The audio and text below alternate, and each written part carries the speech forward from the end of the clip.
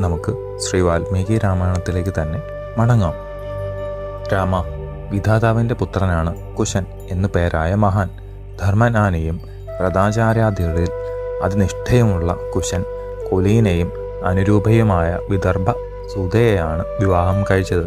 സുതുല്യ ഗുണങ്ങളോടുകൂടിയ 4 പുത്രന്മാർ ആ മഹാത്മാവിനുണ്ടായി. കുശാംഭൻ, കുശനാഭൻ, അധൂർത്തരജസൻ, വസു എന്നിങ്ങനെയാണ് അവരുടെ പേരുകൾ. തേജസ്വികളും അത്യുത്സാഹികളും സത്യവാദികളുമായ പുത്രന്മാരോട് ക്ഷത്രിയധർമ്മനിരതനായ കുശൻ പറഞ്ഞു: വാത്സല്യമേറിയ നിങ്ങൾ രാജ്യപരിപാലനം ചെയ്യുവിൻ, പൂർണ്ണധർമ്മ നേടുവിൻ. പ്രജാസമ്മതരായ രാജപുത്രന്മാർ 4 പേരും പിതൃവചനത്തെ സമാദരിച്ച് 4 പുരങ്ങൾ നിർമ്മിച്ചു. അതിതേജസ്വിയായ കുശാംബൻ കൗശാംബി എന്ന പുരിയെയും സുധാർമ്മികനായ കുശനാഭൻ മഹോദയപുരത്തെയും മഹീപതിയായ അധൂർത്ത രജസൻ ഉത്തമപുരമായ ധർമാരണ്യത്തെയും രാജരാജനായ വസു ഗിരിവ്രജത്തെയും ഉണ്ടാക്കി. രഘുവംശനായകനായ രാമ, 5 മാമലകളുടെ മധ്യത്തിൽ സസ്യശ്യാമള സുന്ദരമായി സുപ്രസിദ്ധമായ മാഗധയിൽ നിന്ന് ഉത്ഭവിച്ച് കിഴക്കോട്ടൊഴുകുന്ന മാഗധി എന്ന ഉത്തമ നദിയോടുകൂടിയ ഈ രാജ്യം മഹാത്മാവായ വസുവിനാൽ വിരചിതവും ധനധാന്യ സമൃദ്ധവുമായ മാഗധമാണ്. ധാർമ്മികനായ കുശനാഭ രാജർഷിക്ക് പട്ടമഹർഷിയായ കൃതാജിയിൽ 100 പെൺമക്കൾ ജനിച്ചു. യൗവനത്തിലെത്തിയ ആ കാമിനിയാങ്കികൾ മനോഹരമായ ഒരു ഉദ്യാനത്തിൽ വർഷകാലത്തിലെ സൗധാമനികൾക്ക് തുല്യം വിരചിക്കുകയായിരുന്നു. സർവാംഗ സുന്ദരികളായ അവരെ പോലെ ഭൂമിയിൽ ഒരു സ്ത്രീരത്നവും ഉണ്ടായിരുന്നില്ല. അതാതവയവങ്ങൾക്ക് യോജിച്ച ഉത്തമാഭരണങ്ങളണിഞ്ഞ രാജകുമാരികൾ വാദ്യവും പാട്ടും ആട്ടവുമായി ആ ആരാമത്തിൽ മേഘമാമലകൾക്കിടയിലെ നക്ഷത്രങ്ങളെപ്പോലെ വിളങ്ങി. ഉത്തമ ഗുണസമ്പൂർണങ്ങളായ സുകുമാരാംഗികളുടെ കളികൾ സർവവ്യാപിയായ വായുദേവൻ കണ്ടു. സാനന്ദം ഇങ്ങനെ പറഞ്ഞു: മോഹനാംഗികളായ നിങ്ങളെ കാണുന്തോറും ഞാൻ കാമപരവശനായി തീരുന്നു. നിങ്ങൾക്ക് എല്ലാവർക്കും ഞാൻ അമരത്വം തരാം. എൻ്റെ പത്നിമാരാകുവിൻ, മനുഷ്യത്വം കളയുവിൻ, ചിരായുസ് സ്വീകരിക്കുവിൻ. യൗവനം എന്നും നിലനിൽക്കുന്നതല്ല, വിശേഷിച്ചും മനുഷ്യരിൽ.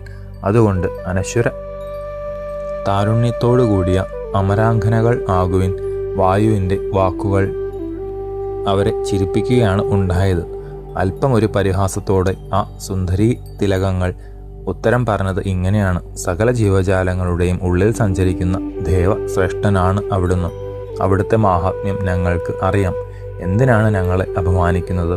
കുശനാഭ പുത്രിമാരായ ഞങ്ങൾ വിചാരിച്ചാൽ അവിടുത്തേക്ക് സ്ഥാനഭ്രംശം വരുത്തുവാൻ സാധിച്ചേക്കും. എന്നാൽ ഞങ്ങളുടെ തപസ്സിനെ രക്ഷിക്കുകയാണ്.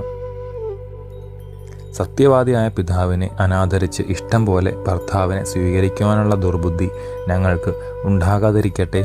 ഞങ്ങളുടെ മഹാപ്രഭു അച്ഛനാണ്.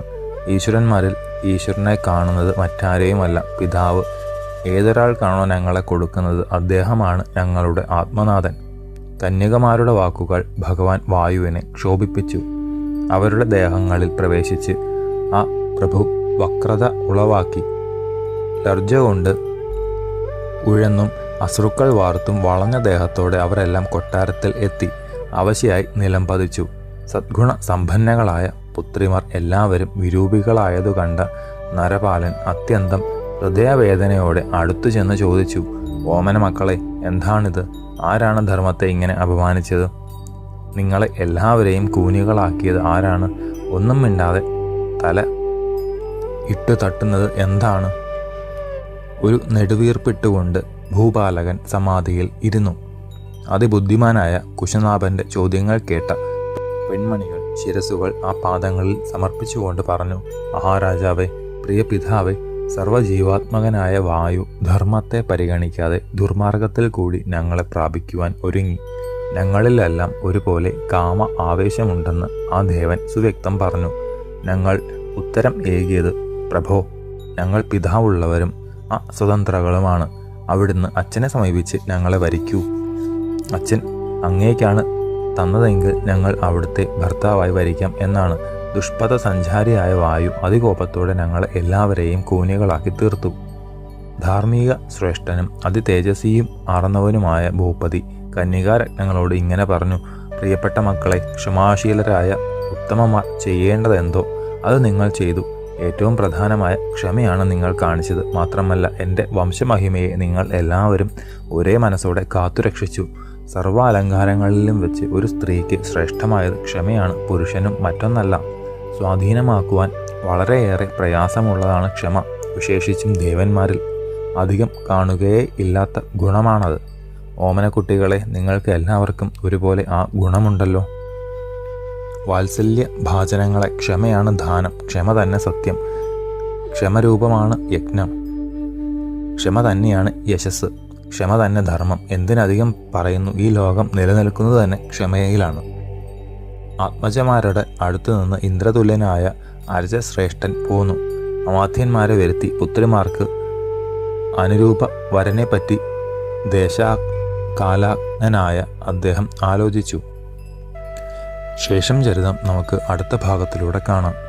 ഗുരുപാദങ്ങളിൽ സാഷ്ടാംഗ പ്രണാമത്തോടെ നമസ്കാരം.